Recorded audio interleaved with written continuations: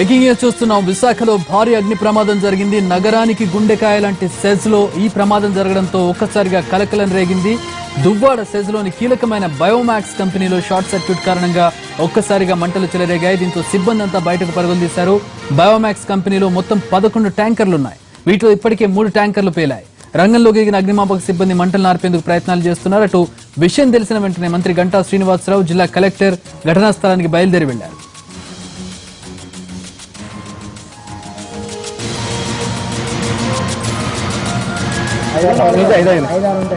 ఇప్పుడు ఇవన్నీ చాలా అయితే 5 మిగతా అలా ముట్టుకున్నాను. ఇవేనండి ఇవేనండి 5 ఉన్నాయి. అవే తగలబడుతున్నాయి. హలో అటు విశాఖ సమీపంలోని దువ్వాడ సెజ్లో భారీ అగ్ని ప్రమాదం జరిగిన దృశ్యాల్లో చూడవచ్చు మనం. బయోమాక్స్ కంపెనీలో భారీగా మంటలు ఎగిసిపడుతున్నాయి.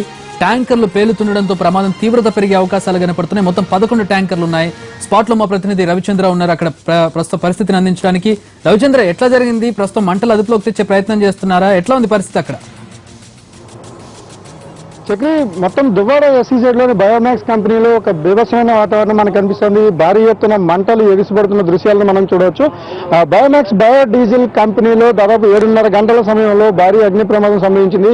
వెజిటబుల్ ఆయిల్స్ స్టోరేజ్ ట్యాంక్ దగ్గర స్వల్ప షార్ట్ సర్క్యూట్ సంభవించింది. షార్ట్ సర్క్యూట్ వెంటనే గాలి తీవ్రతకు వ్యాపించడం, పక్కనే ఉన్న బయోడీజిల్ ట్యాంకులు ఏవైతే ఉన్నాయో బయోడీజిల్ ట్యాంకులకు వ్యాపించడంతో ఒక్కసారిగా మంటలు చెలరేగినాయి. వాటిని అదుపు చేసేందుకు ప్రాథమికంగా కంపెనీ వాళ్ళు ప్రయత్నించినప్పటికీ కూడా సాధ్యం కాలేదు. మొత్తంగా ఆయిల్ ట్యాంకర్లన్నీ కూడా పూర్తిగా దగ్ధమైపోతున్న పరిస్థితి ఉంది. ఇప్పటికున్న లోకల్గా ఉన్న అధికారులు కానీ లేకపోతే సంస్థకు సంబంధించిన కొంతమంది సిబ్బంది కూడా మన దగ్గర ఉన్నారు. వీళ్ళందరూ చెప్తున్న దాని ప్రకారం దాదాపుగా 8 ట్యాంకులు అయితే ఇప్పటికి మొత్తం దగ్ధమైపోతున్నాయి. అందులో 3 ఫుల్ ట్యాంకుల వరకు ఉన్నాయి. మిగిలిన కూడా హాఫ్ ట్యాంక్స్ ఉన్నాయని కూడా వాళ్ళు స్పష్టంగా చెప్తున్నారు.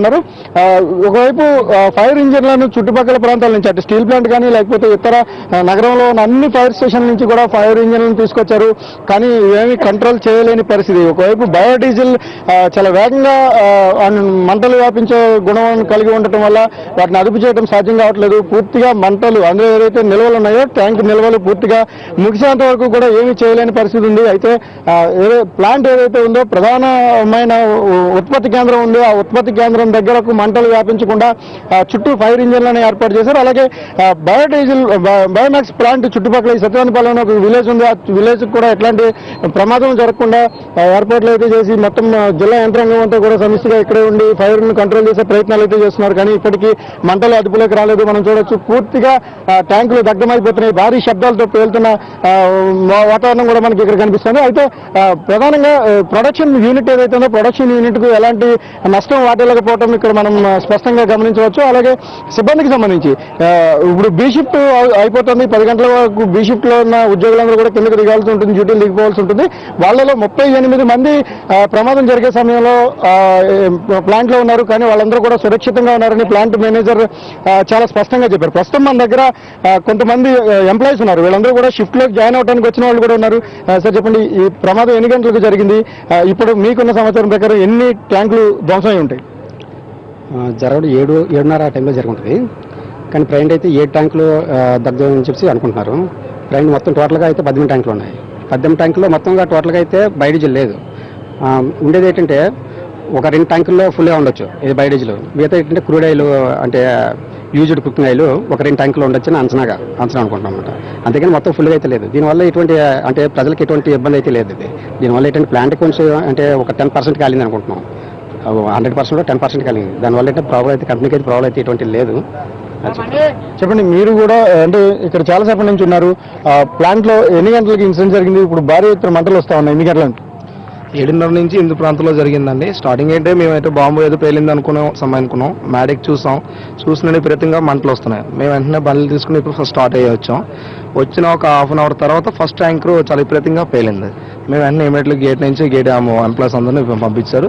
అండ్ బృందం అంతా ఇమీడియట్గా ఫాస్ట్గా వచ్చింది. కలెక్టర్ గారు కూడా చాలా స్పీడ్గా స్పందించారు. అలాగే అటు నుంచి మెయిన్ గేట్ నుంచి కూడా మన ఫైర్ ఇంజిన్ బండ్లు కూడా చాలా ఫాస్ట్గా వచ్చాయి. డిఎస్పీ గారు చాలా ఫాస్ట్గా వచ్చారు. ఈ విధంగా ఇదైంది. ఇప్పుడు లాస్ట్ వరకు ఏంటంటే అక్కడ ఎంప్లాయీస్ దగ్గర 4-5 ఉన్నారు. ఆ టైంలో పరిగెట్టి వచ్చేసారు. వాళ్ళు పడడం కానీ ఉన్నారా లోపల ఎంతమంది ఉన్నారో కూడా ఐడెంటిఫికేషన్ కూడా తక్కువ ఉంది. ఇది ఆరిన తర్వాత మనకి ఏంటని తెలియాలి. చక్రి మొత్తంగా కంపెనీ యాజమాన్యం చెప్తున్న దాని ప్రకారం ఎంప్లాయీస్ అందరూ కూడా సురక్షితంగా ఉన్నట్టు చెప్తున్నారు. అయితే మంటలను అదుపు చేసే ప్రయత్నంలో మాత్రం ఫైర్ ఫైటింగ్ వెహికల్స్ అన్ని కూడా చుట్టూ మోహరించారు. వైజాగ్ సిపితో పాటుగా మంత్రి గంటా శ్రీనివాసరావు అలాగే జిల్లా కలెక్టర్లందరూ కూడా సంఘటనా స్థలంలోనే ఉండి మంటలను అదుపు చేయడానికి చేసుకోవాల్సిన చర్యల మీద ఎప్పటికప్పుడు సిబ్బందిని అప్రమత్తం చేస్తున్నారు. కానీ మంటల తీవ్రత అయితే ఇప్పటిలో అందుబాటులో అంటే కంట్రోల్ అయ్యే పరిస్థితి కనబడట్లేదు. మొత్తంగా బయోడీజిల్ ట్యాంకులకు సంబంధించినంత వరకు అన్ని కూడా పూర్తిగా దగ్ధమవుతున్నాయి. వాటి మీద నీరు చల్లే కొద్దీ కూడా మంటలు మరింతగా వ్యాపించే ప్రమాదం ఉంది. కాబట్టి పూర్తిగా ఫైర్ ఫైటర్స్ అందరూ కూడా చాలా నాగ్గా వ్యవహరించాల్సి వస్తుంది. ఇప్పుడున్న దాని ప్రకారం చూడొచ్చు మనం ఏదైతే ప్లాంట్ కు దూరంగా ఉన్నాయో ఆ దూరంగా ఉన్న ట్యాంకర్లు మాత్రం పూర్తిగా దగ్ధమవుతున్నాయి. అందులో ఉన్న ఆయిల్ పూర్తిగా కాలిపోయేంత వరకు కూడా ఏమీ చేయలేని పరిస్థితి కనబడుతుంది. మరోవైపు అన్ని చోట్ల నుంచి కూడా ఫైర్ ఇంజిన్లు అంతా ఉన్నాయి, జిల్లా యంత్రాంగం అంతా ఇక్కడే ఉంది. కానీ మంటలు మాత్రం ఇంకా ఉధృతి కొనసాగుతూనే ఉంది. చక్రి, రవిచంద్ర, సాధారణంగా బయోడీజిల్ అంటే డీజిల్ కంటే ఎక్కువ రేట్ ఉంటుంది. ప్లస్ డీజిల్ లాంటి ఒక లిక్విడ్ ని ఆర్పాలి, అది అంటుకున్నప్పుడు ఆర్పాలంటే వాటర్ కాకుండా దానికి ప్రత్యామ్నాయాలు ఉంటాయి. ఆ ప్రయత్నం ఏమన్నా ఫైర్ సిబ్బంది ఉపయోగిస్తూ ఉన్నారు? దానికి సంబంధించి ఏమైనా సమాచారం ఉందా? అలాగే మొత్తం 18 ట్యాంకులు ఉన్నా 2 ట్యాంకులు ఫుల్ ఉన్నాయని చెప్తూ ఉన్నారు, మిగతా ట్యాంకులు ఖాళీగా ఉన్నాయని చెప్తూ ఉన్నారు. ఎంత కెపాసిటీ ఉంటుంది? ఒక్కొక్క ట్యాంక్ లో ఎంత కెపాసిటీ ఉంటుంది? ఎంత ఆస్తి నష్టం వాటిలో ఉండొచ్చు? చక్రి, ప్రస్తుతానికి ఆస్తి నష్టం మీద క్యాలిక్యులేషన్స్ అటు శ్రీనివాస్ అని ఏదైతే ప్లాంట్ లో ఇన్ఛార్జ్ ఉన్నారో ప్రస్తుతం ఆయనతో కూడా మాట్లాడడం జరిగింది.